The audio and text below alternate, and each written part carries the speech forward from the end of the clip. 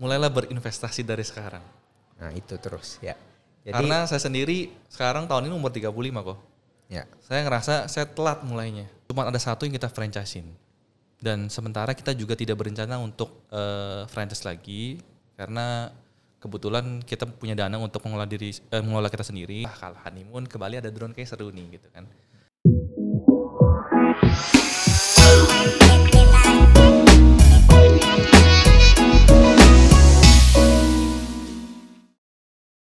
Halo kawan Scale Up, di sini Ko Erwin, salam cuan.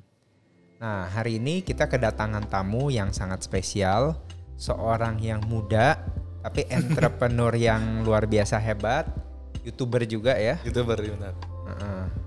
Seorang ayah juga ya, udah berkeluarga, sorry ya yang single gitu.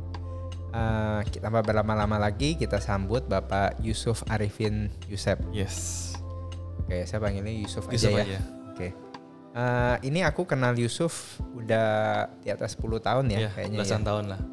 Dulu masih single, sekarang udah triple, ntar lagi quadruple. Iya. Jadi dulu udah kelihatan nih bibit-bibit unggul gitu. Dan akhirnya sekarang bener udah sukses. Belum kok, masih jauh kok. Masih berusaha ya. Masih berusaha benar. Tapi ya aku lihat udah luar biasa lah ya, udah luar biasa. Jadi ada usaha juga, ya.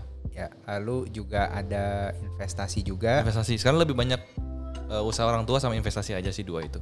Oke. Nah mungkin boleh cerita dikit nih ya. Maksudnya dulu pas balik dulu dari Shanghai ya. Dari Shanghai benar. Nah dulu pas dari Shanghai itu pas balik ke Indonesia apa tuh yang dilakukan? Waktu itu memang karena kebetulan saya di keluarga anak cowok satu-satunya.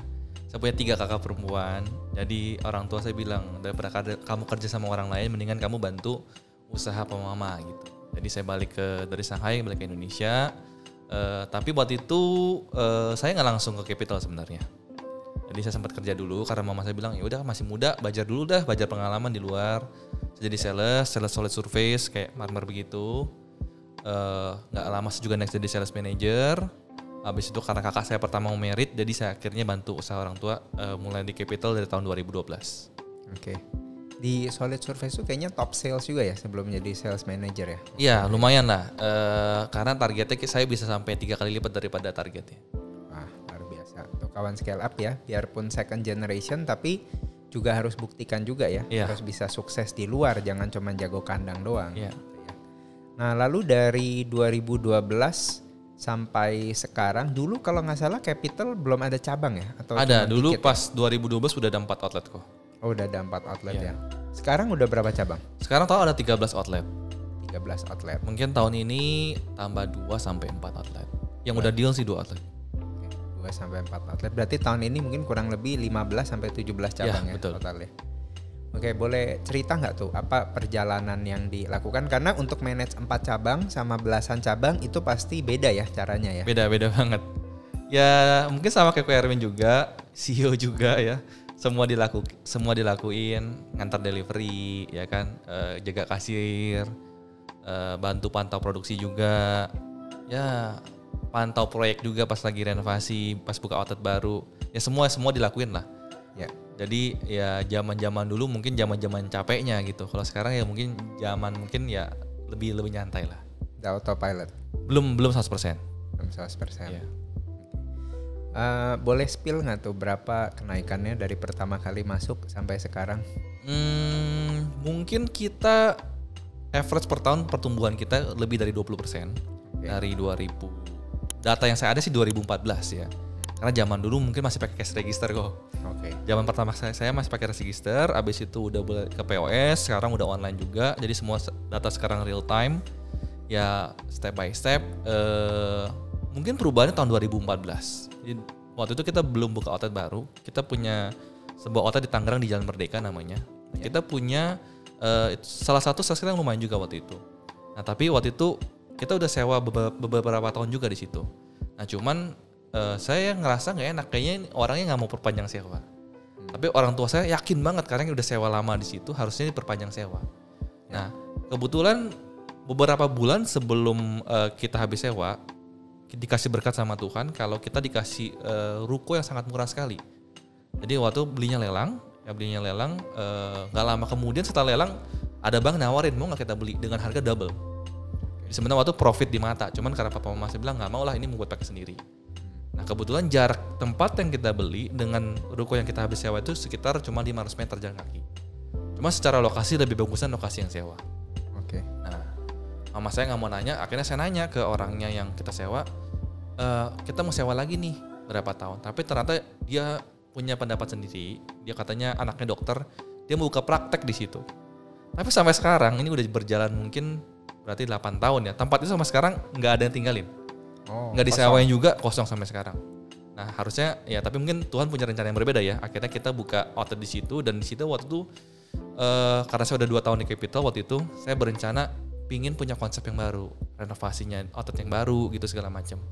Nah cuman waktu itu papa saya tuh lebih irit, jadi pengeluaran segala macam bagi dia nggak usah, seadanya aja. Renovasi nggak usah terlalu bagus, toh selamanya juga udah jalan gitu kan. Cuman saya pikir kan zaman sudah berubah, harus berubah gitu. Saya waktu itu saya nggak tahu Ko Erwin inget apa enggak, waktu itu saya sebentar lagi kekurangan uang. Saya sempat pinjam duit sama Ko Erwin, cuman Ko Erwin nggak kasih. Waktu Ko Erwin, saya lagi main badminton. Saya bilang, Ko Erwin boleh nggak pinjam duit? Saya bilang waktu itu saya punya kebutuhan buat buka renovasi di outlet tersebut. Cuman Ko Erwin bilang, kamu udah kasih tahu ke papa mama kamu belum? Mendingan kamu buka apa adanya ke orang tua kamu gitu. Nah, tapi saya tahu banget kondisi orang tua saya seperti apa. Nah jadi waktu itu kita pun punya kredit dari bank yang boleh maksimal sampai 300 juta. Nah waktu itu udah over limit. Saking over limitnya kita buka giro supaya itu bank tuh telepon ke kita juga. Ini giro mau dilewatin gak nih? Kamu udah over limit. Tolong setor duit lagi. Jadi tahun 2014 tuh saya dikejar sama bank terus. Setor karena udah over limit dari 300 juta itu. Nah akhirnya saya pinjam duit sama sekarang jadi istri saya, waktu itu masih pacar saya pinjam duit ke dia buat renovasi itu. Nah tapi itulah salah satu keputusan yang terbaik saya. Nah setelah kita renovasi dan kita pindah itu, sales kita double. Oke. Dan itu yang bisa dibilang mengubah Capital hari ini pas tahun 2014 itu. Nah tahun 2015 kita buka di BSD. Nah salesnya udah ngikutin outlet yang double ini. Nah selain itu kita buka satu-satu, Tanjung Duren, Puri, Kemanggisan, Taman Palem, Kelapa Gading, Hayamuruk, segala macam kita mulai di situ. Berarti untuk scale up itu memang perlu itu inovasi. Inovasi dan nekat juga ya. Baru nekat, jujur nekat banget itu. Ya istilahnya pacar saya waktu juga kita baru pacaran nggak lama, tapi dia percaya betul dengan saya. Bisa aja saya tipu dia gitu kan, pura-pura mungkin kayak sekarang flexing gitu, pura-pura punya duit kan, punya perusahaan toko roti yang lumayan, tapi ternyata nggak ada duitnya ya kan. Tinder swindler zaman dulu. Zaman dulu iya. Tapi nggak lama akhirnya saya balikin duit dia. Ya puji Tuhan lah. Sekarang menjadi istri saya. Oke. Jangan itu mungkin dia udah tahu ya. Itu dia investasi sebenarnya. Investasi ya. DP dulu. Ya. Oke. Jadi ya abis itu berkembang ya sampai sekarang. Abis itu pelan-pelan berkembang, betul. Lalu apakah itu semuanya tokonya ini untuk scale up-nya gitu dulu. Jadi apakah semuanya itu dari modal sendiri atau ada franchisein ke orang juga? Dari 13 outlet tersebut cuma ada satu yang kita franchisein. Dan sementara kita juga tidak berencana untuk franchise lagi karena kebetulan kita punya dana untuk mengelola kita sendiri. Jadi orang tua juga pikir kalau kamu bisa untung sendiri ngapain kamu pakai duit orang lain gitu, karena punya tanggung jawabnya gitu kan. Karena untuk kayak franchise begini banyak yang mungkin nggak balik modal ya kan, banyak yang mungkin tengah-tengah berantem gitu kan, nggak seindah seperti yang mungkin dilihat daripada orang. Nah puji Tuhan franchise yang kita jalanin sebenarnya saling percaya, puji Tuhan berjalan dengan lancar sudah beberapa tahun.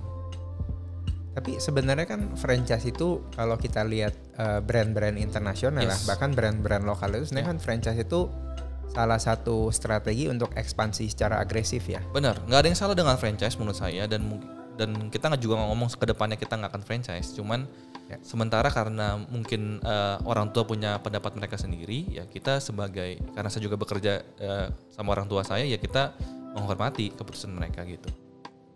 Berarti memang strateginya lebih konservatif ya? Lebih konservatif, betul. Dan mungkin ya kita juga ada rencana juga bikin brand sendiri, entah nanti buat di-franchise-kan. Yang Capital ini mungkin yang tradisional gitu. Ya Capital mungkin cash cow lah ya, soalnya nggak mau bagi-bagi. nanti bikin usaha lain kalau itu bisa jalan mungkin lebih ya itu nanti yang akan di franchise-in ya berarti ya. Tapi memang usaha tuh nggak mudah karena bisa dibilang saya sendiri atau kakak-kakak saya yang pernah kerja di Capital juga atau bahkan orang tua saya pernah menjalankan banyak bisnis. Ya. Nggak ada yang jalan. Oke. Jadi memang kayak rezeki cuma di Capital kok. Memang rezekinya di F&B ya. Nggak ngomong di F&B karena saya juga pernah jalan F&B, pernah buka restoran juga, tapi nggak jalan. Nah dulu tuh pernah buka apa ya, bubble tea atau Pernah apa buka ya? bubble tea juga, franchise partnership nggak jalan juga. Tapi memang dua hal ya.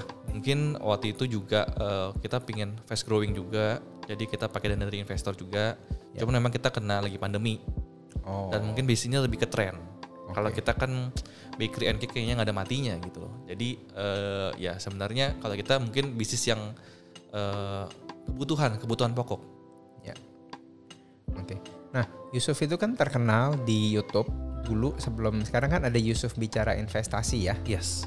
Nah, sebelumnya kan ada Yusuf Bicara Drone ya. Yusuf Arifin Joseph, nama pribadi. Yusuf Arifin Joseph ya, tapi itu bahasnya drone ya. Bahas tentang drone. Nah, boleh cerita nggak tuh dulu bisnisnya drone ngapain aja? Sekarang masih ada nggak? Sekarang udah nggak ada. Oke, coba ceritain deh. Kenapa mulainya gimana? Terus sampai akhirnya tutup kenapa gitu?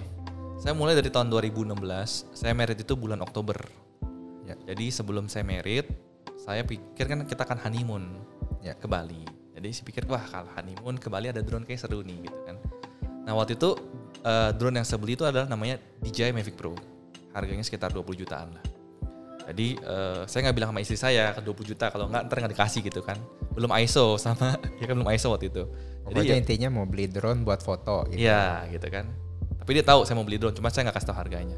Tapi waktu itu kebetulan DJI itu mengeluarkan sebuah produk yang luar biasa, inovasi. Kenapa? Karena waktu drone tuh gede sekali, berbentuk gede, dibawa kemana-mana repot. Tiba-tiba dia mengeluarkan drone yang bisa dilipat. Nah waktu itu demand-nya sangat tinggi, tapi supply-nya sangat dikit. Jadi saya nggak kebeli itu drone. Di Oktober. Lalu bulan Januari 2017 saya bakal keluarga ke Lombok. Nah, berarti kan pikir wah momen lagi nih, ya kan? Ya udah saya bulan Desember beli lagi itu. Nggak dapat lagi kok. Jadi bayangin dari bulan Oktober, November, Desember nggak dapat barangnya. Karena barangnya langka sekali. Nah, akhirnya di bulan Januari waktu itu saya kontak ke sellernya, dapat barang. Saya abis itu, nah istri saya memang punya hobi kok. Hobinya mantau handphone saya. Jadi dia lihat handphone saya, wah ini apaan? Kayaknya rata-rata istri begitu ya. Pas saya dong waktu itu, Kak Herun juga sama. Nah, jadi dia lihat saya transfer 20 juta lebih gitu. Wah dia kaget, marah langsung. Gua nggak mau tahu, lu jual tuh drone. Untung bukan transfer ke yang lain. Bukan transfer ke yang lain, benar. Jual, pasang di Tokped, untung 1 juta. Nggak sampai 5 menit. Saya langsung kasih tahu, wah nih udah kejual nih, nggak percaya. Malam langsung COD. Pas ternyata pembelinya juga satu kompleks sama saya di Green Lake. Waktu itu masih tinggal di Green Lake. COD selesai, jalan. Wah 1 juta ngapa-ngapain lumayan dong. Cuma pasang Tokped nggak sampai 5 menit tuh. Laku 1 juta. Kontak ke sellernya, ada barang lagi nggak? Nggak ada bro, kan cuma 1. Rebutan, aku masukin 10 udah habis semua. Saya waktu itu tahu ada satu toko yang jual drone DJI. Ya, tapi dia pun barangnya langka. Ya saya udah pakai nomor ini nggak bisa, saya pakai nomor yang lain. Saya pakai nomor istri saya, kontak ke dia. Akhirnya dikasih barang. Ya, mulai di situ bulan pertama kalau nggak salah jual belasan. Wow. Jual belasan. Ya akhirnya punya kesempatan punya channel sendiri, bisa dapat channel buat dapetin drone-nya. Dan pernah sebulan jual ratusan drone. Jadi waktu itu pas lagi jaya-jayanya, bahkan se-Indonesia nggak ada yang punya drone gitu, cuma saya doang yang punya drone. Saya dapat, ya mungkin Tuhan kasih saya berkat ya, dapat channel dari sini, dapat dari sini. Bahkan orang yang jualan drone ngambil barang sama saya. Karena waktu itu orang nggak punya barang tersebut. Ya paling tinggi kita pernah jual ribuan drone lah waktu itu. 1 bulan? Enggak, selama saya pernah jualan drone. Berapa tahun? Ya pandemi 2020 ya. Selama sekitar 4 tahunan berarti. 4 tahun ya. 4 tahunan jual drone, ya kita juga udah PKP resmi karena beberapa barang kita akhirnya ambil resmi. Tapi karena resmi ini, jadi muncul masalah baru. Inilah penyebab kenapa saya tutup juga. Jadi karena kita pemain resmi, kita jual juga dengan harga resmi. Tapi namanya di online susah. Banyak seller lain yang tidak menjual dengan harga resmi. Oke. Dan saya sudah bilang ke distributor juga, gimana kalau mendingan harga resmi ini diturunin harga jualnya. Mendingan sama-sama orang jual profitnya 500.000 aja rata. Daripada saya jual untung 1,5 juta, tapi realitasnya orang jual cuma untung 500.000. Mendingan harga resminya diturunin supaya semua orang profit 500.000. Tapi kan mereka punya standar mereka sendiri. Akhirnya ada seller lain yang menjual dengan ya cuma profit berapa ratus ribu doang.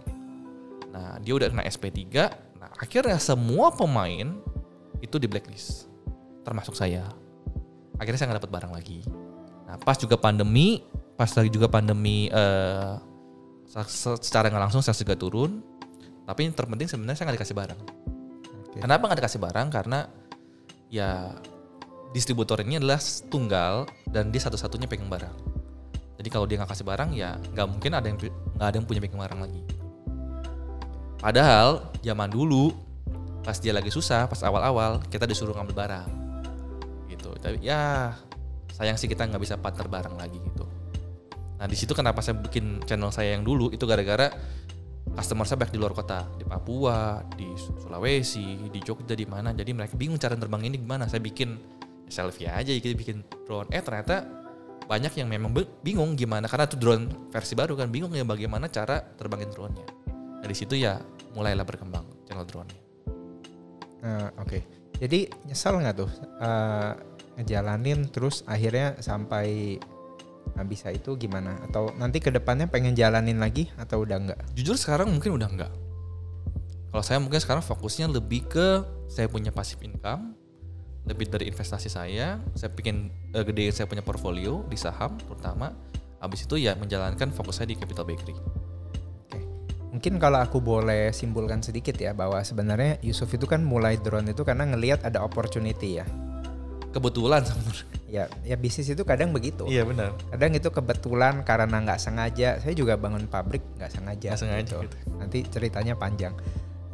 Ya cuman kita ngelihat ada kesempatan, lalu kita ambil ya dan akhirnya gede gitu kan. Walaupun harus unfortunately ya stop, tapi ya nggak masalah karena kan memang waktunya udah stop gitu ya.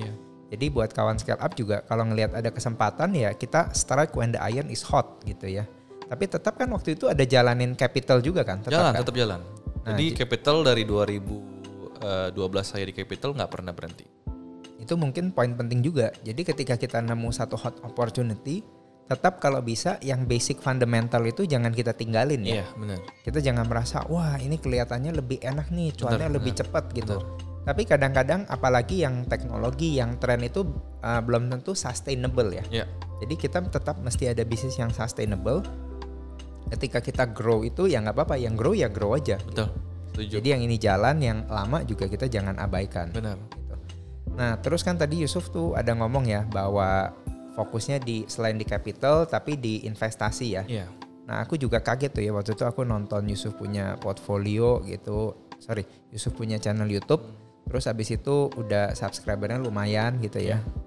Mungkin kalau bisa tahun ini dapat silver play button ya. Tahun lalu sebenarnya proyeksinya bisa kok. Cuma sekarang jadi nggak bisa.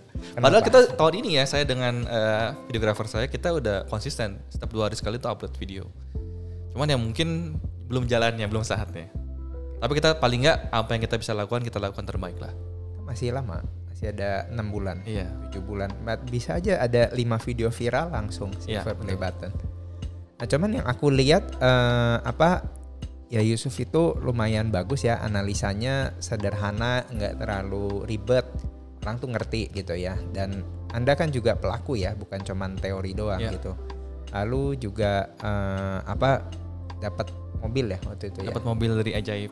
Dari Ajaib ya. Nah dulu main sahamnya mulai tahun berapa? Sebenarnya pertama kali buka akun 2014. 2014 tapi ya lebih ke iseng ya lah, lebih ke main. Pernah untung pasti pernah rugi gitu kan. Ya. Tapi ya karena nggak difokusin, habis itu ya 2015 stop. Kayaknya 17-18 pernah nyambung lagi gitu. Jadi keluar masuk. Nah tahun 2020 masuk total, Tapi bener-bener fokusnya mungkin ya 2020 akhir kali. Berarti angkatan kolonial juga ya? Bisa dibilang iya. Cuman saya memang bukan karena coronanya sih, cuman ya kebetulan aja timingnya. Ya, mungkin drone stop jadi lanjut invest saham ya. Langsung lanjut ke invest saham. Nah, jadi abis itu kenapa tuh mulai channel sendiri? Alasannya apa? Ikut-ikutan atau ada visi atau ada tujuan tertentu? Waktu itu sih belum. Bahkan kalau nggak salah video-video awal saya masih edit sendiri, belum ada videographer saya, belum si Adel. Dia masih fokus ke yang bubble tea waktu itu, masih bantuin saya. Jadi mulai bikin aja view juga dikit pasti kan. Awal-awal sih begitu. Cuman ya karena WFH waktu itu ya kan, WFH jadi mulai bikin video aja di rumah tentang ya yang bisa di rumah ngapain sih? Kalau dulu kan drone harus beli barangnya gitu kan, harus keluarin cost. Ini kan nggak perlu ngeluarin cost gitu kan. Ya udah yang paling gampang saham. Mulai iseng ya naiknya gara-gara 1-2 video sebenarnya.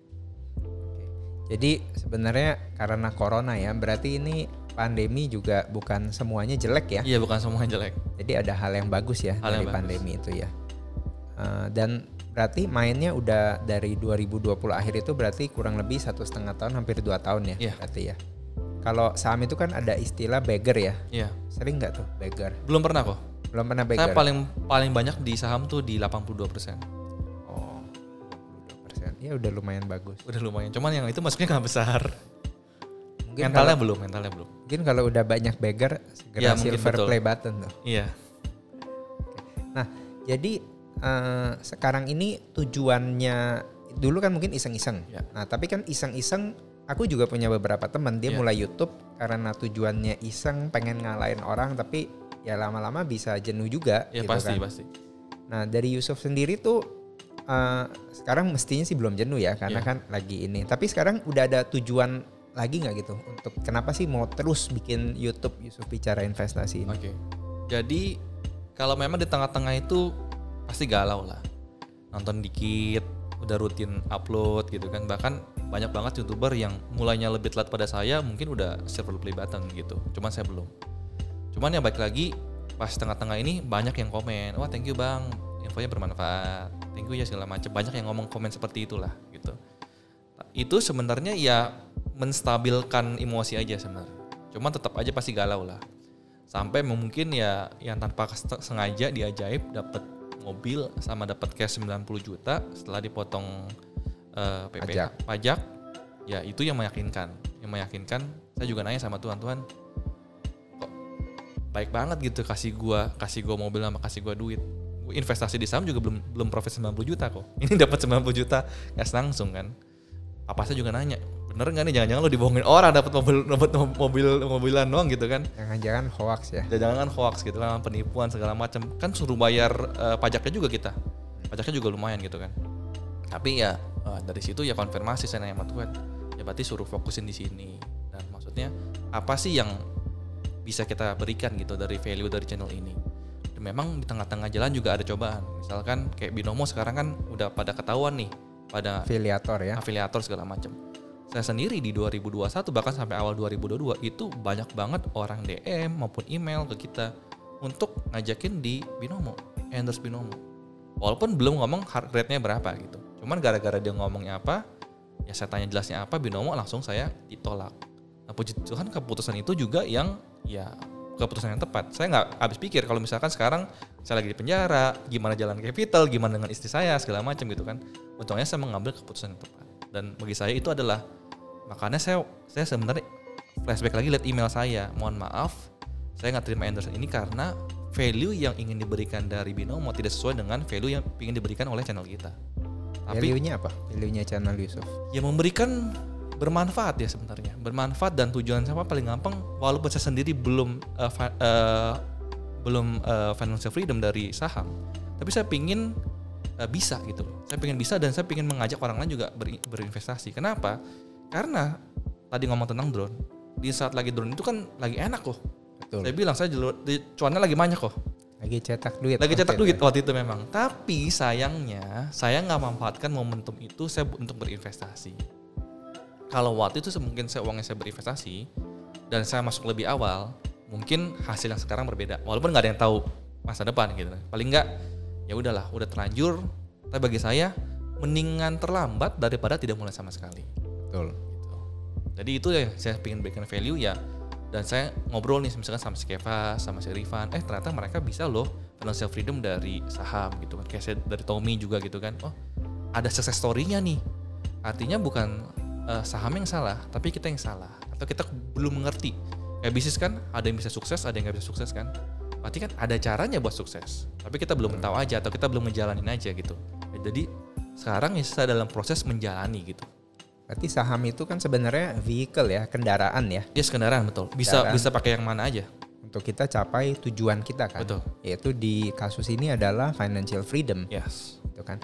Nah, cuman financial freedom ini adalah satu konsep yang bagaimana ya? Maksudnya bagus.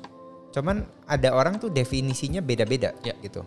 Ada yang bilang financial freedom itu nggak usah kerja lagi, santai-santai, dapat uang gitu kan. Tapi ada juga yang bilang financial freedom itu punya independence of choice ya, kita bisa milih gitu. Betul. Nah buat Yusuf sendiri financial freedom itu artinya apa? Saya lebih ke yang kedua sih. Jadi paling nggak ya saya nggak usah terlalu kerja keras dalam arti kalau saya sekarang kan mulai tahun 2021 saya benar-benar mengelola keuangan saya tertata gitu. Berapa persen buat investasi, berapa persen buat istri, berapa persen buat istri saya mau lahiran, saya udah planning dari sekarang. Kalau zaman dulu enggak, karena duitnya banyak gitu kan, dari duit banyak ya mau lahiran aja, toh duit gua ada di tabungan gitu. Gua nggak perlu planning dari sekarang. Tapi karena pas lagi bubble tea itu rugi ratusan juta juga, ya kan mengalami momen yang wah kayaknya gua selama ini salah nih mengelola keuangan gua gitu kan. Jadi mulailah ditata ulang. Oh udah punya uang sekarang. Saya tuh penggemar Samsung Note. Jadi dari Note 3 sampai Note berapa tuh saya setiap tahun ganti kok. Oh. Tapi dari mulai saya ngalami yang bubble tea saya bangkrut gitu kan. Saya udah saya pakai handphone yang biasa aja. Jam tangan saya juga jam tangan yang murah karena jam tangan saya yang Apple Watch retak sama anak saya. Suruh ganti 5 juta, sakit hati juga. Mendingan gue beli Xiaomi aja. 300.000, 500.000 bisa pakai juga sama juga. Jadi yang sekarang lebih ke fungsional aja. Yang penting saya cukup, istri saya cukup. Ya tujuannya financial freedom dulu. Kalau saya sekarang sih begitu. Berarti yang penting tuh penghasilan pasif. Yes, lebih besar daripada pengeluaran sehari-hari. Sebulan lah. Oke. Berapa tuh minimal? Boleh spill nggak atau rahasia? Ya berapa M lah. Oh sebulan ya? Enggak lah, setahun. Setelah berapa M setahun. Oke. Ya. Tapi intinya bukan masalah berapa besar ya? Iya, karena setiap orang berbeda-beda. Kebutuhan setiap orang berbeda-beda kan. Mungkin saya berapa puluh juta, Pak Erwin mungkin berapa ratus juta gitu kan. Ada orang yang mungkin 5 juta juga lebih dari cukup. Ya. Setiap orang kan kebutuhannya berbeda-beda. Ya. Tapi yang penting itu adalah kita itu hidup itu jangan karena keinginan ya. Iya betul. Kadang kan kita pengen pakai mobil yang bagus gitu kan. Ini lagi Tesla, semua pada pengen Tesla gitu kan. Pengen pakai mobil yang mewah, sports car. Tapi belum saatnya. Belum saatnya benar. Apalagi sekarang kan itu ada fenomena yang namanya flexing ya. Iya. Itu kan yang lagi heboh. Dulu semua orang pengen dipanggil crazy rich pada flexing. Sekarang pada nggak ada tuh, pada hilang semua. Udah hilang ya. Tapi kalau Yusuf itu justru sekarang lebih fokus ke pengelolaan keuangan. Yes. Berarti. Jadi sebenarnya investasi ini bagusnya itu, nah ini buat kawan Scale Up juga bisa belajar. Investasi itu sebenarnya ngajarin kita lebih disiplin secara keuangan. Pastinya. Kita lebih atur mana yang what we need ya, bukan what we want. Apa yang kita perlu, bukan yang kita inginkan. Betul. Sehingga kalau itu udah bisa kita capai, goalsnya kita jalanin hidup itu juga lebih enak ya. Ya kayak orang tua saya lah, sebenarnya kan juga begitu. Sebenarnya kan udah lebih dari cukup. Cuman mereka pasti pakai mobil yang mungkin 10 tahun masih pakai tuh. Innovanya udah lebih dari 10 tahun. Mereka nggak beli mobil mewah juga, bagi mereka ya udah lebih dari cukup. Kan orang tua lebih suka beli aset gitu kan. Ya. Padahal asetnya juga nggak buat diri sendiri. Ya. Pengen nyari anak angkat. Oke. Jadi ya itu ya. Jadi itu sebenarnya disiplin. Yes. Kalau kita udah disiplin, lama-lama itu jadi habit. Jadi habit. Kalau udah kebiasa, awal-awal susah, tapi kalau udah terbiasa ya biasa-biasa aja. Nah, buat Yusuf sendiri, kira-kira ada saran nggak buat para milenial? Ini kan banyak yang nonton juga milenial ya. Yeah. Ada milenial, ada yang udah berumur, tapi kita bahas aja buat milenial. Nah, milenial itu ada saran apa untuk investasi? Mulailah dari sekarang. Salah nggak apa-apa. Udah pasti bakal salah. Itu nggak mungkin tuh orang nggak bakal salah gitu. Yeah. Nyangkut tuh udah pasti. Jadi kalau belum nyangkut ya pasti Anda belum mengalami progresnya gitu loh. Kalau belum nyangkut, belum jadi pemain saham yang asli. Belum, Pasti. Mau trading, mau invest udah pasti akan nyangkut gitu. Siapapun saya rasa. Jadi kalau harus melewati masa itu dulu. Bayar uang sekolah dulu, nanti kalau sudah terbayar ya lama-lama kan kita baru bisa profit secara konsisten. Kita punya return baru bisa pelan-pelan bisa lebih besar.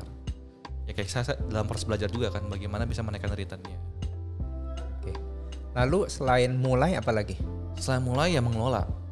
Ya karena kalau mulai doang nanti caranya salah juga harus belajar kan. Belajar ya kan bisa nonton ke channel saya siapa tahu ya kan belajar bagaimana mengelola keuangan. Saya sendiri saya sharing ke tim saya di Capital juga. Karena banyak mereka yang gaji udah lumayan tapi mungkin mereka uangnya selalu habis setiap bulan. Dan sekarang tahun ini mungkin inflasi lagi naik gede-gedean ya kan. Minyak goreng 14.000 jadi 25.000. Kebutuhan keluarga otomatis kan lagi naik gitu kan. Tapi pendapatan kita naiknya nggak terlalu besar ya kan. Jadi mau nggak mau ya salah satu bisa ngebit inflasi ya kita harus investasi. Salah satunya ya mungkin bisa di kendaraan yang lain ya kan. Bisa di properti, bisa di bisnis ya kan. Gak harus di saham sebenarnya. Cuman saham itu enaknya adalah bisa modal dengan sekecil mungkin ya kan. Dari 100.000 bisa, dari 200.000 bisa gitu. Enaknya di situ. Oke. Terus juga sekarang kan orang itu kan pengen nih ya beggar gitu ya. Tapi kan sebenarnya kita tahu ya bahwa beggar itu nggak gampang. Nggak gampang. Gitu. Ada orang yang memang beli. Ini Ko Erwin sendiri juga pernah beli saham yang sebenarnya kalau tahan tuh beggar gitu. Cuman banyak ceritanya kayaknya kalau gitu ya. Iya, cuman karena kita lihat wah udah 30%, udah jual gitu. Akhirnya nyesel gitu kan. Tapi ya beggar itu intinya nggak gampang. Yeah. Tapi kalau menurut Yusuf sendiri sebenarnya untuk pemain saham itu kira-kira return berapa sih yang oke gitu lah? Menurut saya per tahun 20% sudah lebih dari bagus banget. 20% ya. Karena Warren Buffett juga average 20%. Jadi target yang masuk akal dan ideal itu 20% ya. Yes. Tapi saya ingin reminder di sini kalau investor yang sukses itu selalu men-top up portfolionya. Jadi jangan pikir 10 juta mau jadi 1 miliar. Nggak akan bisa. Pasti setiap bulan harus top up dana. Jadi makanya kenapa kita mengelola uang yang setiap bulannya kita harus sengaja sisihkan pendapatan kita buat diinvestasi. Jadi kita udah mulai menang di awal itu karena kita punya modal tetap akan bertambah terus. Tanpa dari returnnya sebenarnya. Apalagi kalau return kita bagus, makin bagus lagi. Jadi intinya kita tuh disiplin dulu, selalu tambah uang. Jadi itu metode investasinya mungkin mirip-mirip DCA ya, dollar cost averaging. Bisa jadi DCA. Saya juga tahun lalu ngejalan DCA. Cuman setelah 1 tahun ngejalan DCA, plus minus sebenarnya. DCA mungkin cari jalan paling gampang. Ya, paling gak ribet. Paling gak ribet, tapi mungkin returnnya bukan yang tertinggi. Tapi kalau saya sekarang rajin top up ke RDN, tapi belum tentu saya beli. Jadi kalau harganya lagi mahal, misalkan saya lagi floating, saya nggak beli. Tapi kalau misalkan saya lagi minus dan saya yakin perusahaan yang bagus, saya lanjut beli. Saya lanjut averaging down. Oke. Berarti yang penting RDN, kalau kawan scalp yang nggak tahu, RDN itu adalah rekening dana nasabah. Rekening dana nasabah itu biasanya kalau kita invest di sekuritas, uang kita taruh sono dulu ya. Jadi otomatis dibikinnya sama sekuritas. Ya, jadi kita taruh sono dulu, lalu kita tunggu opportunity ya. Kalau saya sekarang iya, kalau dulu saya DCA. Ya, berarti kalau yang nanti nggak ngerti boleh nonton channelnya Yusuf ya. Apa bedanya tuh DCA atau yang buat top up, lamsam gitu ya. Nah, ada uang yang di RDN itu masukin ke RDPU atau enggak? Di RDN aja? Saya di RDN. Ada di RDPU cuma saya jarang banget. Karena jualnya juga butuh proses. Ya, butuh 2-3 hari ya? Iya, butuh 2-3 hari. Ya, oke. Ya, jadi itu kawan scale up salah satu caranya begitu. Kalau Ko Erwin taruh di ada satu sekuritas, jadi dia bisa langsung switching. Iya, langsung beli dulu di RDPU, habis itu nanti baru saham gitu. Karena saham itu kan settlementnya juga plus 2 hari ya. Gitu. Cuman kadang-kadang ya bisa kelewat dikit gitu. Cuman kalau di RDPU senang aja lihat duitnya tiap hari bertambah gitu. RDPT juga boleh kok.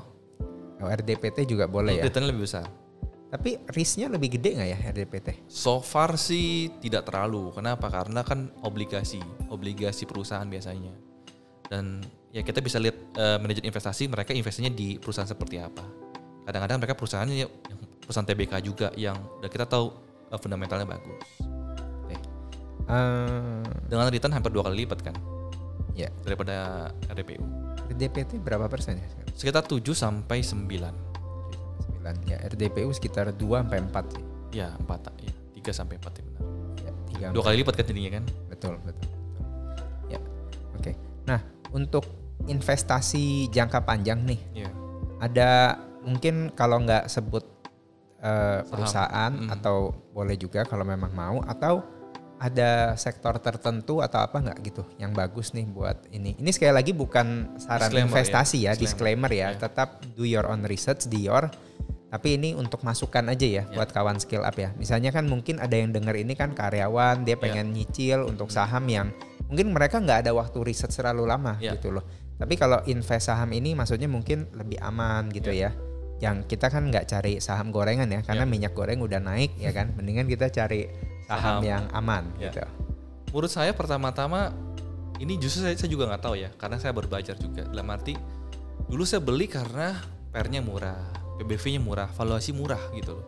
Ya. Tapi mulai sekarang tahun ini saya memutuskan untuk membeli saham yang growth, saham yang bertumbuh. Kayak misalkan saya tahu, perusahaan Ko Erwin nih, Declip-nya penjualannya menumbuh. Perusahaan bagus nih. Kalau perusahaan IPO seperti ini, saya pasti bakal invest. Oke. Kita tahu CAGR Ko Erwin misalkan setiap tahun di atas double digit gitu kan. Ini perusahaan yang growth. Nah, berinvestasilah di perusahaan yang bertumbuh. Contoh misalnya seperti BCA, seperti Sido Muncul. Dan Biarpun harganya mahal. Enggak, ya balik lagi, kalau bisa beli di harga murah kenapa tidak? Tapi kalau nggak mau pusing, mau DCA silakan.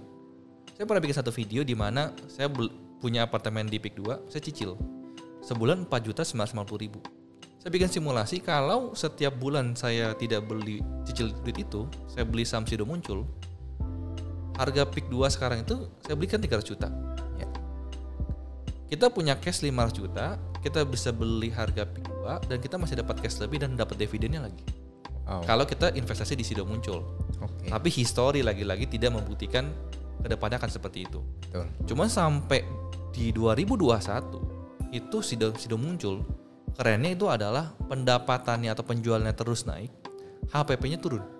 Ya. HPP-nya turun itu bukan secara persentase. Jadi dia punya laba kotor naik dan laba bersih naik. Ya. Jadi dia tidak akan dinilai murah valuasinya. Kenapa? Karena perusahaan terus bertumbuh. Ya. Gitu. Cuman kalau dikasih murah ya kenapa tidak? Kayak sekarang Sido Muncul lagi turun nih BTW. Betul. Tapi tidak menganjurkan beli. Oke. Jadi intinya kalau dari Yusuf itu sekarang daripada kita cari, ini kan memang dua sudut pandang yang berbeda nih. Karena kalau aku inget ya pas dulu baca bukunya Warren Buffett, dia kan belajar dari Benjamin Graham. Yes. Kalau Benjamin Graham tuh dia nggak penting growth-nya. Yeah. Dia tuh kayak isep putung rokok yang terakhir kan, yang penting kan. Jadi yang penting tuh value-nya murah. Yes. Gitu. Tapi kalau Yusuf sekarang lebih ke arah kayak itu ya, Stephen Fisher ya berarti. Peter Lynch. Peter Lynch ya. Oh ya, Peter Lynch. Berarti cari wonderful company ya. Yes, wonderful sebenarnya. company. Wonderful company apalagi kalau harganya lagi diskon. Iya benar. Murah. Contohnya tadi kayak BCA, Sido Muncul gitu ya. Tapi sayangnya nggak murah. Ya, sayangnya nggak murah. Tapi perusahaannya perusahaan yang bertumbuh. Ya. Tapi kalau misalnya mau DCA mungkin nggak apa-apa ya. Yang mau DCA is okay. Ya, tapi sekali lagi ya, account scale up tetap do your own research ya. Kenapa saya bilang kita nggak ada yang tahu masa depan? Karena belum tentu 5 tahun ke depan atau Sido Muncul atau BCA itu akan growth seperti ini, kita nggak tahu. Betul. Walaupun selama 10 tahun terakhir iya. Oke. Nah mungkin 2 pertanyaan terakhir. Yusuf itu rencananya dari segi bisnis maupun investasi mungkin 5 tahun ke depan apa nih visi atau rencananya? 5 tahun ke depan. Kalau kita sih 20 tahun ke depan kita udah pasti pengennya IPO. 20 tahun. 20 tahun ke depan. Cuman kita kalau bisa lebih awal kenapa tidak? Cuman kita memang punya step by step rencana yang salah satunya kenapa ya kita mungkin masih perusahaan tradisional kok. Ya. Kita pengen gedein, kita bertumbuh sesuai dengan kapasitas kita. Makanya kita mungkin nggak terima dari funding dari luar, kita nggak ikut funding ya kan. Bootstrap istilahnya. Ya, kita juga nggak misalkan franchise kita juga nggak terima dulu. Yang penting kita nyaman dengan kondisi sekarang, tapi kita terus bertumbuh. Dan tentu ya kita pingin tim kita juga bertumbuh dari secara develop mereka ya kan. ada tim kita udah lebih dari 20 tahun kerja di Capital Bakery. Kita pingin pendapatan mereka juga bertumbuh. Dan kita juga pingin bukan hanya pendapatan mereka bertumbuh, tapi skill mereka, knowledge mereka juga bertumbuh. Jangan sampai 20 tahun yang lalu cara kerja dengan sekarang kan pasti berbeda. Itu harapan kita buat tim kita juga. Otomatis karena kita bertumbuh, tim kita juga harus ikut bertumbuh juga. Oke. Jadi 5 tahunnya ya pasti pingin buka, saya lupa sih berapa outlet. Tapi kita udah pernah planning secara tertulis tuh. 5 tahun seperti apa, 10 tahun apa, 15 tahun apa, 20 tahun seperti apa. Tertulis dengan jelas sebenarnya. Oke, berarti udah ada blueprintnya ya? Udah ada blueprintnya betul. Cuman how-nya aja nanti kita. Oke, berarti intinya pengen grow capital sampai jadi perusahaan yang punya GCG yang bagus ya, corporate governance, sehingga kalau memang bisa IPO ya IPO. Gitu ya. Oke, lalu mungkin yang terakhir ada pesan apa buat kawan scale up? Buat kawan scale up, mulailah berinvestasi dari sekarang. Nah itu terus ya. Jadi, karena saya sendiri sekarang tahun ini umur 35 kok. Ya. Saya ngerasa saya telat mulainya. Ya. Kemarin saya tahu di TikTok, ya gue masih SMA, nanti aja lah mulai investasinya. Dalam hati saya, kalau saya boleh flashback ke 10 tahun yang lalu, mendingan mulai investasi. Apalagi pas zaman pendapatan lagi enak kayak di drone. Wah itu harusnya bisa investnya banyak banget tuh. Cuman sayang sekali saya melewatkan momen itu. Cuman lebih mendingan terlambat daripada tidak mulai sama sekali. Oke, jadi itu ya kawan scale up ya. Hari ini kita belajar banyak banget dari Yusuf, seorang second generation, tapi dia juga entrepreneur juga. Dia mulai bisnisnya sendiri, yang walaupun harus stop, tapi dia ya udah cuan juga gitu ya. Dan pesannya yang paling penting adalah bahwa kita itu harus mulai investasi sekarang. Karena waktu terbaik mulai investasi adalah 5 tahun yang lalu. Tapi waktu kedua terbaik adalah saat sekarang, ini. Betul. Dan yang paling penting adalah kita harus kelola keuangan kita sehingga investasi kita itu bisa menghasilkan financial freedom. Oke, thank you Yusuf atas waktunya. Sama-sama, hari ini. Kawan Scale Up tetap nonton Scale Up Indonesia dan salam cuan.